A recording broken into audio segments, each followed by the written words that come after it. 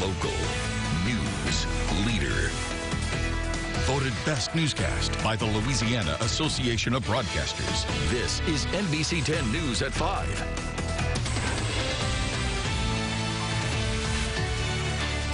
Good evening. Breaking news tonight in our nation's capital. You're taking a live look now at Capitol here, where pro-Trump protesters have stormed the building today, disrupting the ceremonial counting of the Electoral College votes. Officials just now declared the Capitol building secure after nearly 4 hours of occupation. And at the top of the hour, a curfew went into effect across Washington, D.C.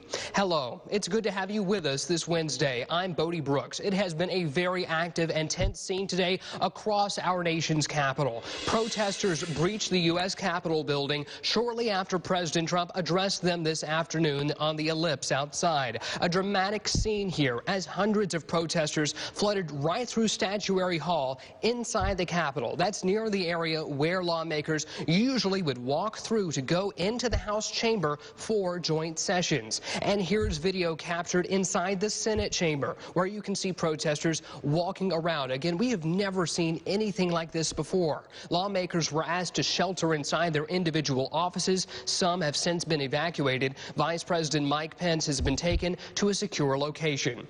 The president had addressed supporters earlier today, encouraging a march to the Capitol building as the situation escalated. At 1:30, the president tweeted to support Capitol Police and law enforcement, saying to stay peaceful and that the police are truly on the side of our country. And then around 45 minutes later, the president again tweeted calling for peace and no violence, saying we are the party of law and order and respect the men and women in blue. At around 2:30 this afternoon, White House Press Secretary Kayleigh McEnany tweeted out that at President Trump's direction, the D.C. National Guard has been activated along with other federal protective services to respond to the situation, reiterating the president's call against violence and to remain peaceful. The Pentagon says about 1,100 D.C. National Guard members are being mobilized to help support law enforcement in Washington. At least one person, a woman, was shot during the chaos taking place in the Capitol. The exact circumstances surrounding that shooting are unclear. Sources have told us that that person has since died after being taken to a hospital. This was the scene this afternoon as both chambers of Congress were adjourned suddenly while protesters laid siege to the building. Both the House and Senate were in the midst of debating Republican objections to Arizona's certified electors being counted. In the Senate, the debate was suddenly gavelled to a halt as Vice President Mike Pence and Senator Charles Grassley, the presidential pro tem, were escorted from the chamber. The Senate doors were then closed and locked. In the House, debate was interrupted as members were told to sit and stay calm and wait for Capitol Police. House members were also told to prepare to get under chairs if necessary. Senators and members of Congress were later evacuated away from each chamber, with congressional leadership taken to secure locations. Congressman Peter Welch of Vermont tweeted a video of himself inside the House chamber in the moments protesters were storming the building, explaining that he had been instructed to put on a gas mask. Take a look. We were just told that there has been tear gas in the rotunda, and we're being instructed to each of us get gas masks that are under our seats. Today's developing news in Washington, obviously a lot to digest. This was expected to be a historic day, beginning with a joint session of Congress to count the electoral votes. NBC's Dan Shinneman and Alice Barr join us now with a closer look at the chaos that followed. Just after 1 o'clock, President Trump wrapped up his speech to supporters near Capitol Hill. Let's walk down Pennsylvania Avenue. I want to thank you all. God bless you, and God bless America. Thank you all for being here. This is incredible. Thank you very much. And walk they did through the streets of Washington toward the Capitol, and then stormed the Capitol of the United States of America. The Insurrection Act is now! You have the power, sir, and we support you 110%. Hell yeah! Police guarding the doorways drew their guns as a tense standoff began. Soon, protesters breached security and eventually reached the floor of the U.S. Senate. President Trump has called in the National Guard while the nation's capital is in chaos. Dan Shinneman, NBC News. The time-honored American tradition of counting electoral votes was interrupted today as protesters stormed the U.S. Capitol on behalf of a president who refuses to accept defeat. As Vice President Mike Pence and lawmakers were rushed to safety, demonstrators with large flagpoles were seen wandering through the corridors unchallenged as the Capitol complex went into a security lockdown. Tonight, President Trump urging the protesters to stand down. But you have to go home now. We have to have peace. President-elect Biden issued a strong condemnation. It's not protest, it's insurrection. The extraordinary scenes playing out on a day when Congress met in a joint session to count electoral votes that already certified Joe Biden as the winner. A group of Trump loyalists slowing down the normally standard procedure by rejecting results from a handful of battleground states, starting with Arizona. Is the objection in writing and signed by a senator? Yes, it is. It is. The objections drawing outrage from Democrats, also sharply dividing Republicans. If this election were overturned by mere allegations from the losing side, our democracy would enter a death spiral. Vice President Mike Pence presiding in a strictly ceremonial role defined by the Constitution. And in a letter to lawmakers shortly before the session opened, he rejected President Trump's repeated pleas to intervene. The congressional proceedings a sharp contrast to the gathering blocks away of the president and his most loyal supporters who refused to concede the inevitable. Let's go back 8 weeks. We want to go back and we want to get this right. Sound and fury, pomp and circumstance ahead of a foregone conclusion. One significant question to be answered in the coming days: why were authorities not better prepared, given that protesters had made it clear they were headed to the Capitol and wanted to stop the proceedings? In Washington, Alice Barr, NBC News. Still ahead, authorities need your help in the search for a shooting suspect in Monroe. The details coming up. Plus, a nail-biting upset in the Georgia Senate race, the impending change coming to Washington, plus local reaction to the Peach State's results. Widespread rain is entering from the west and will likely continue across the region through the overnight time frame. Beyond that, we're trending cooler next week, and that could include the possibility of perhaps some cloudy conditions and maybe even some wintry precipitation this weekend. Yeah, I said it. Full look at the forecast as NBC 10 News at 5 continues. I'm Robbie Compton, owner of American Mattress Outlet in West Monroe. I'm proud to be a partner with NBC 10 and Fox 14.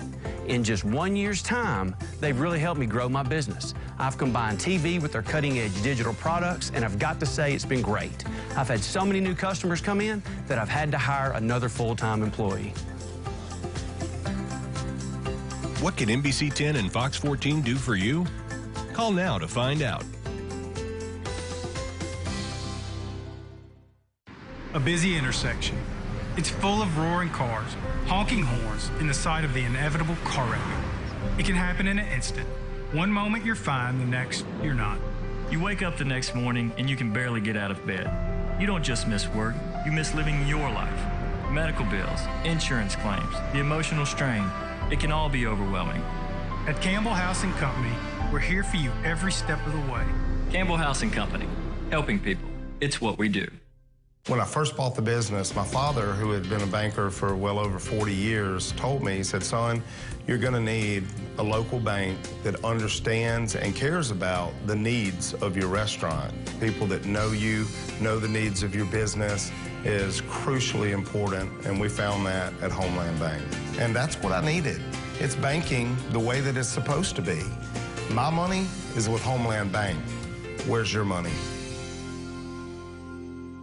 The NBC 10 mobile sports app for Apple and Android. Brought to you by Ross Downs, attorney at law. Tonight on News Nation, violence at the Capitol as rioters break into the House and Senate chambers, halting today's Electoral College vote count. How did the rioters get that far? And what comes next? We'll have complete team coverage.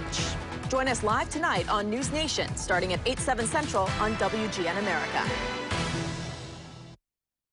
NBC 10 News at 5 continues. The Monroe Police Department is asking for the public's help to find a man that they say was involved in a double shooting earlier this week. The shooting happened Monday night on Jason Drive. One woman was killed and another person was injured. According to MPD, Rodriguez Davis is wanted for charges of illegal possession of a stolen handgun and illegal possession of a firearm in the presence of narcotics. If you have seen him or know where he is, please contact the Monroe Police Department or Crime Stoppers of North Delta. NBC News projects both Democratic Senate candidates Jon Ossoff and Raphael Warnock have won their respective Georgia Senate runoffs, the results giving Democrats control of the U.S. Senate. Jay Gray has the latest on the high-profile election now from Atlanta. The counting continues in Georgia, but a day later, the results of Senate runoff elections here seem evident and historic. Late this afternoon, NBC News projecting Democrat Jon Ossoff the winner in his race against Republican David Perdue. A victory the 33-year-old actually claimed in this recorded message earlier in the day. It is with humility that I thank the people of Georgia for electing me to serve you in the United States Senate. Thank you for the confidence and trust that you have placed in me. There are a lot of votes out there. In the second runoff, Republican incumbent Kelly Loeffler has yet to concede, even though Democrat Reverend Raphael Warnock is the projected winner. As a pastor, you know, I'm used to walking alongside people at their high moments and their low moments, and it's the honor of my life that I get to represent the people of this very great state in the United States Senate. Representation unlike any in the history of this state. Warnock, the first black senator from Georgia, and just the 11th African-American to serve in the upper chamber that, with the runoff sweep in Georgia, is now split, with Vice President-elect Kamala Harris holding the deciding vote as Joe Biden's administration begins in just 2 weeks. Jay Gray, NBC News, Atlanta. Well, Georgia voters like Keisha Tate are celebrating this major victory. The former El Dorado native turned Atlanta resident says it's a celebration right now in the state. She says voters worked hard to see this day come because their livelihood is at stake. This being felt all across the country as some Arkansans went to Georgia to help rally support for Ossoff and Warnock. Tate says everyone has been taking these elections pretty serious. Everyone is really excited right now. Everyone has tried to stay on everyone to make sure that everyone has voted. And they've made phone calls, they knock at your door, they leave flyers, and they also send a lot of text messages. Coming up tonight at 6, NBC 10's Gabrielle Pfeiffer spoke more with Tate as she gives a heartfelt message to her hometown of El Dorado. Well, across the nation, airports have closed down due to workers in the air traffic control tower testing positive for COVID-19. These positive tests have caused delayed flights and closures for hours at a time. Here locally, Monroe Regional Airport, there have been 2 incidents related to COVID-19 in the last 6 months where they had to shut down the air traffic control tower. Officials say nobody really noticed any impact with air travel as Monroe Regional is smaller and has fewer flights. To put it in perspective, DFW International Airport over in Dallas-Fort Worth sees an average of 4,000 commercial and general flights a day, whereas Monroe Regional Airport sees an average of 150 flights a day. Officials say when someone tests positive, they have plans that immediately take action, including contact tracing and sanitation. You can tune back in tonight at 6 for the full story. Well, weather is next, Jared, and it seems rain is also on the way as well. What can you tell us? Yeah, more clouds, and along with that rainfall tonight, much cooler temperatures for the rest of the week.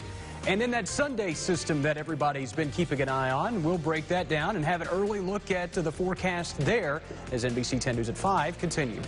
Follow us on the KTVE NBC 10 KARD Fox 14 Facebook page.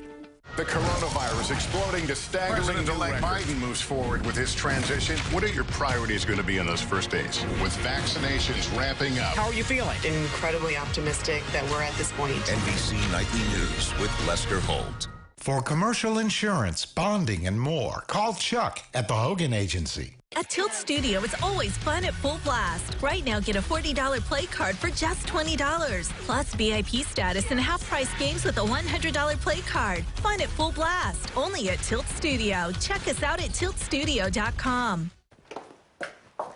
Honey, it's freezing in here.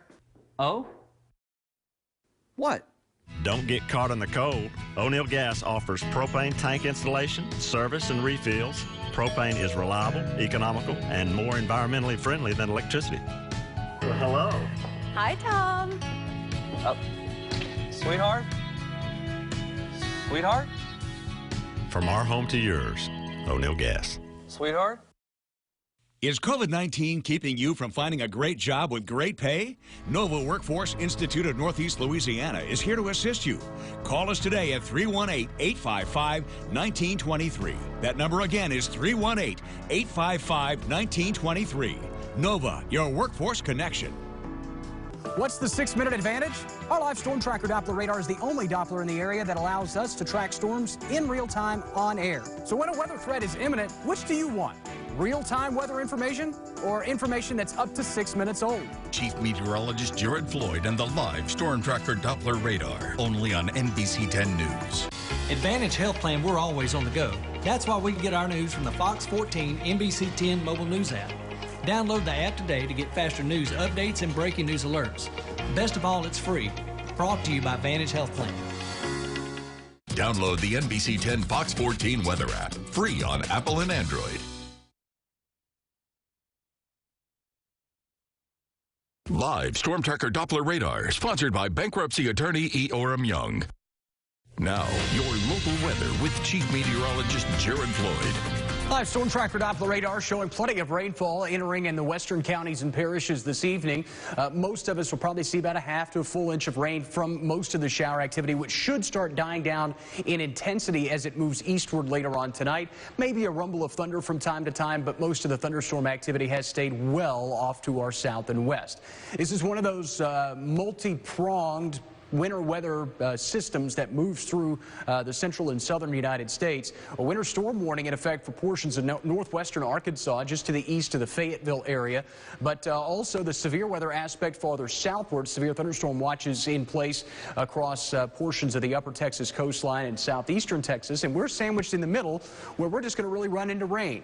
Perhaps some cool rain as we go into the overnight, with temperatures falling into the 40s along this frontal system. Many spots farther northwest in the Arklamis already seeing 40s. So again, this kind of complex frontal system where the warm air is really pushed off to the south will crawl eastward tonight, continuing with the shower activity and probably some patchy drizzle or light rain tomorrow. Look at the future tracker, and again, all this moving east, continuing with the rain overnight, and then note the expansive cloud cover that continues through the day tomorrow. I've also dropped the resolution on this because I want to go farther out in time so we can go into the weekend. Again, leftover cloud cover on Friday, a little bit of clearing on Saturday, but we'll stay cool. Then the return flow of moisture late Saturday ahead of this next system, which now it looks like we have at least the general idea of the overall pattern. It doesn't mean the specifics are nailed down, so don't get overly excited about anything you see. This area of low pressure developing at the surface will move east, but that area of low pressure will be very important for any precipitation potential that we could run into. It dives off to the south and east and stays out over the open Gulf. Most of the moisture will likely stay to our south. If it continues to ride right along the Gulf coastline, that spits enough moisture our direction, perhaps tossing it over some colder air that'll be filtering into the region, as there's actually another kind of secondary front that'll be passing through this weekend as well. And that tosses that moisture up and over some much colder air. Big question is, how cold will that air be? It's 36, 37 degrees may be enough to at least entertain some rain, snow, but 38, 39 is probably going to be a little too warm. Obviously, we'll be above freezing at that point, so if anything were to fall in terms of snowfall, it would probably melt on contact. But again, way too early to jump into any specifics, and we're not even certain that we will actually even see precipitation on Sunday. So again, keep that in the back of your mind. Temperatures right now, 40s farther northwest where the rain's already settled in. 50s elsewhere, still holding at 60 in Alexandria. I believe Natchez was at 60 last hour too. We'll look for overnight lows eventually into the mid-40s. Rain likely. Maybe a rumble of thunder from time to time, but widespread thunderstorms not expected to be a big issue. Daytime highs tomorrow will struggle to get out of the 40s. Lingering showers or patchy drizzle, especially early in the day. Clouds won't budge much. It'll stay breezy as well, so that 49 may feel a lot more like 42 or 43 through the course of the day. Again, some clearing Friday, Saturday, but not warming up much, with daytime highs in the upper 40s, morning lows near 30 degrees, so dropping below freezing at some points through the mornings on Saturday and Sunday morning. Then cue that system Sunday afternoon, Sunday evening. We have it at 42 for a high. Obviously, we'll continue to have to fine-tune this forecast a lot over the next few days. Does advertise for the first time a mix of precipitation, rain and snow generally. Wouldn't be surprised to maybe throw some sleet in if things panned out the way it does, the way they look right now. But it also could very well just easily be a cold rain. It could also very easily be no rain or anything in our area. So obviously, a lot of questions, not a lot of answers at this point. Well, I know snow lovers are potentially getting just a little bit of excitement, but it is, of course, Wednesday. This won't be happening until Sunday, so still plenty of time to figure out what exactly will be happening. The fact that it's still in the forecast right now is a victory for snow lovers in themselves. All right, we'll take that small victory as it is. There you go. Thank you, Jared. Still ahead, a new roundabout is on its way to Rayville, the expected impact on traffic, and how soon it's expected to open. Sports, sponsored by Ken's Coffee Service. Whatever you want to be, it helps to be well. Be Well Arkansas is the Arkansas Department of Health's wellness service that can help you quit tobacco, manage diabetes, or manage high blood pressure. Be Well has wellness counselors who offer tips and support through phone counseling, or they can link you to resources in your community. Call 833-283-WELL or visit BeWellArkansas.org to learn more. It's never too late to be well. Franklin Medical Center's orthopedic program is growing and features the full-time services of Dr. Gene Solar. With decades of orthopedic surgery experience, Dr. Solar and nurse practitioner Cindy Gray treat each patient with compassion and the highest quality of care. Using the Mako robotic surgery system for total joint replacements, Dr. Solar and Franklin Medical Center provide the most advanced technology to the community they serve. Let them help you get back to the life you've been missing. Franklin Medical Center, community-focused quality health care. Are your floors sagging? Do you have cracks in your walls? Do your doors and windows stick? The middle of your floor has structural piers. It's only a matter of time before these supports fail and cost you thousands of dollars to repair. Let us repair your floors with our patented SmartChack system and say goodbye to crooked, unstable floors. Call Level Tech now or visit us online for your free estimate today. Want to win a $50 gas card? It's as easy as going to myarklemis.com/contest and registering. Then watch NBC 10 News at 10 and call when you hear your name. The NBC 10 Gas Card Giveaway, sponsored by the Jim Taylor Auto Group.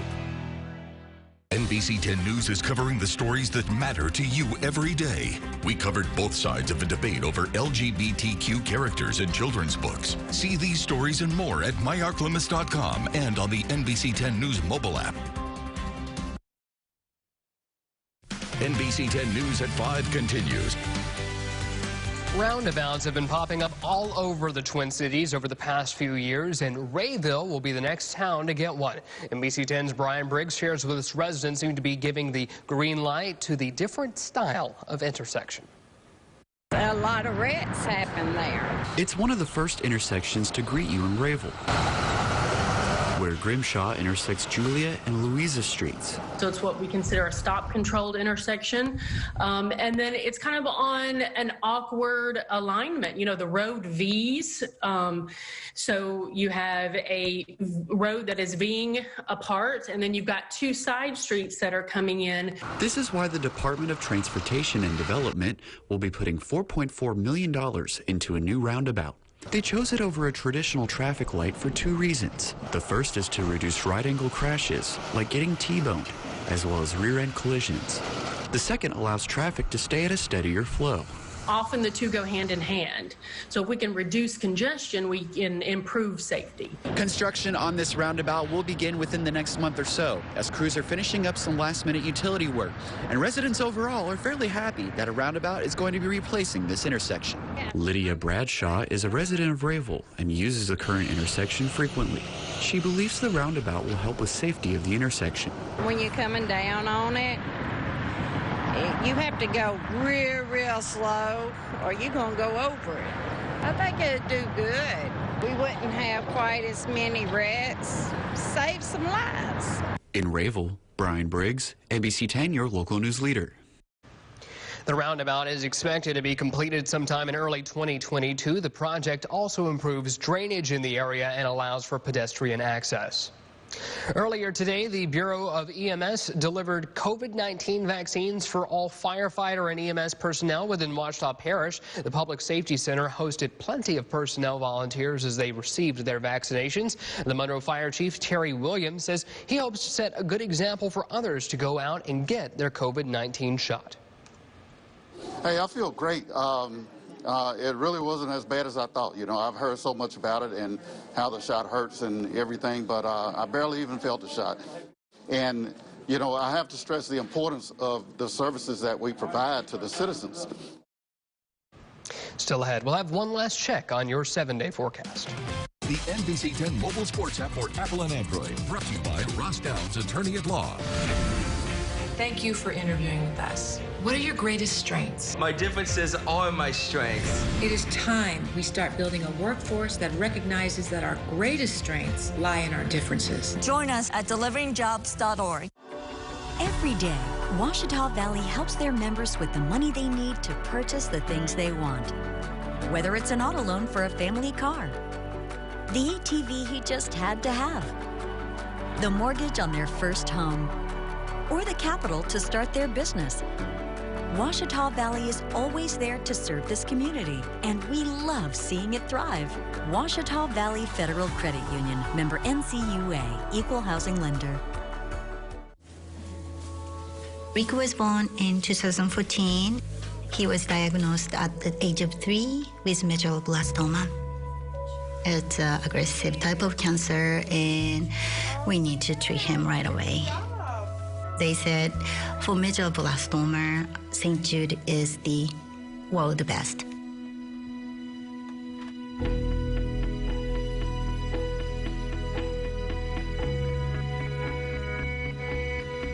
I'm so glad we're here. You know, we're in great hand. I've never had any hospital not charging patients. I am very grateful that, you know, people consider enough to donate their, you know, sacrifice their life to donate. That's really amazing.